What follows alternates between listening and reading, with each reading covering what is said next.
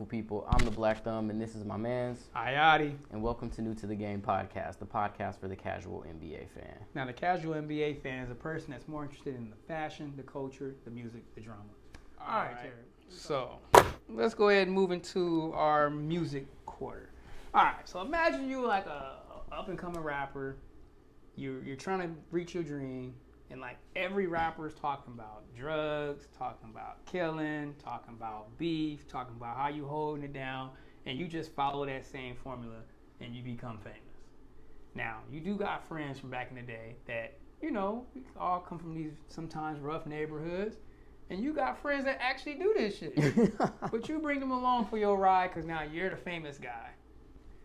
Someone listens to your lyrics and be like, damn, they seeing crimes happening in certain neighborhoods you used to live in, and they listen to your damn lyrics, and they like, well, damn, is this the same motherfucker?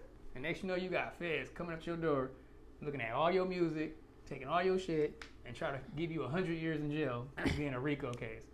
Now, that's basically what happened to Young Thug in Atlanta. But he just recently got released. He copped a plea deal, pleaded guilty to something, and they released him because he'd been in jail this whole time. So I guess it was 5-year sentence, but he's been released with time served because he's been in jail for so long. And then he got like 15 years of probation, some long ass probation time. But part of the probation is that he can't live in Metro Atlanta. I was like, what? Like, you can't go home? Usually if you get released and they tell you to stay home, like you on like house arrest with like an ankle bracelet, you can't go nowhere. But they saying, get your ass out and don't be here no more. And I'm confused. So that's pretty much summary of what's going on with Young Thug. Okay. But he's out and about. So what's your take and your reaction to that type of situation? I mean, I have long wondered this, like growing up listening to like Jeezy and Gucci Mane and even like T.I. and how they talked about these things. And I've long wondered, like, isn't this like not like aren't some of these things either self-incriminating or either you did these things or you're faking like you did these things? And that was how concrete it was. Now I understand that there's more nuance to these lyrics, and it's really kind of like expressing the culture in a lot of respects. But or folks were adjacent to it and are just, you know, innocent bystanders giving their POV of what was happening around them. I understand that, so there's nuance in that. But to hear this summary is like, yeah, I felt like this feels like it was about that time that our justice system used that tactic from their playbook, because who is this going to disproportionately impact and affect, right? What communities are going to be most harmed by this type of policing? It's obviously going to be the Black community. And so I don't know a ton about this. Like, you just basically gave me the update. Yeah. And like, I saw a random headline. I was like, oh, what's this Young Thug shit? And you was like, oh, bro, this is crazy, you know? And I was like, oh, damn. But yeah, I mean, so I don't really have much to say other than like, this feels like this is just another tactic out of a very old and traditional and tired playbook, where it is saying, oh, it's one thing again to be young and Black in America. It's another thing to be young, Black, and rich in America. Yeah. And if you do anything that steps outside of what makes the establishment comfortable, they will make some shit up to put you in your place. And it feels like this is exactly what is happening. Yeah, the case was like a circus, y'all. Y'all just gotta go back and look at some of the testimonies. Like, the people that they used as credible witnesses to his case. It's like memes off of this. Like, they just basically saying, like, when you tired of telling somebody, look, hey, yo, I just need you to leave me alone. Like that main character who they was saying, it's the witness that they confessed that he agreed and said, yo, Young Thug is the ringleader. He basically he snitched on the police. Y'all made me do it. Like, it was funny. Like, y'all pressured me.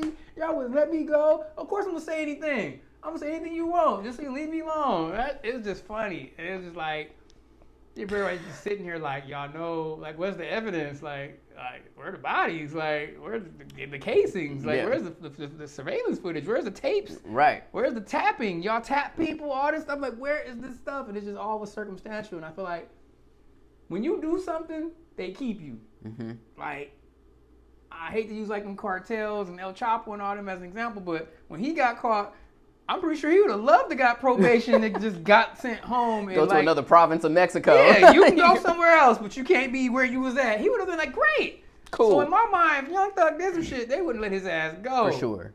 I'm sitting there like, it was more like on them situations, we know we wrong, but we can't admit it. Mm-hmm.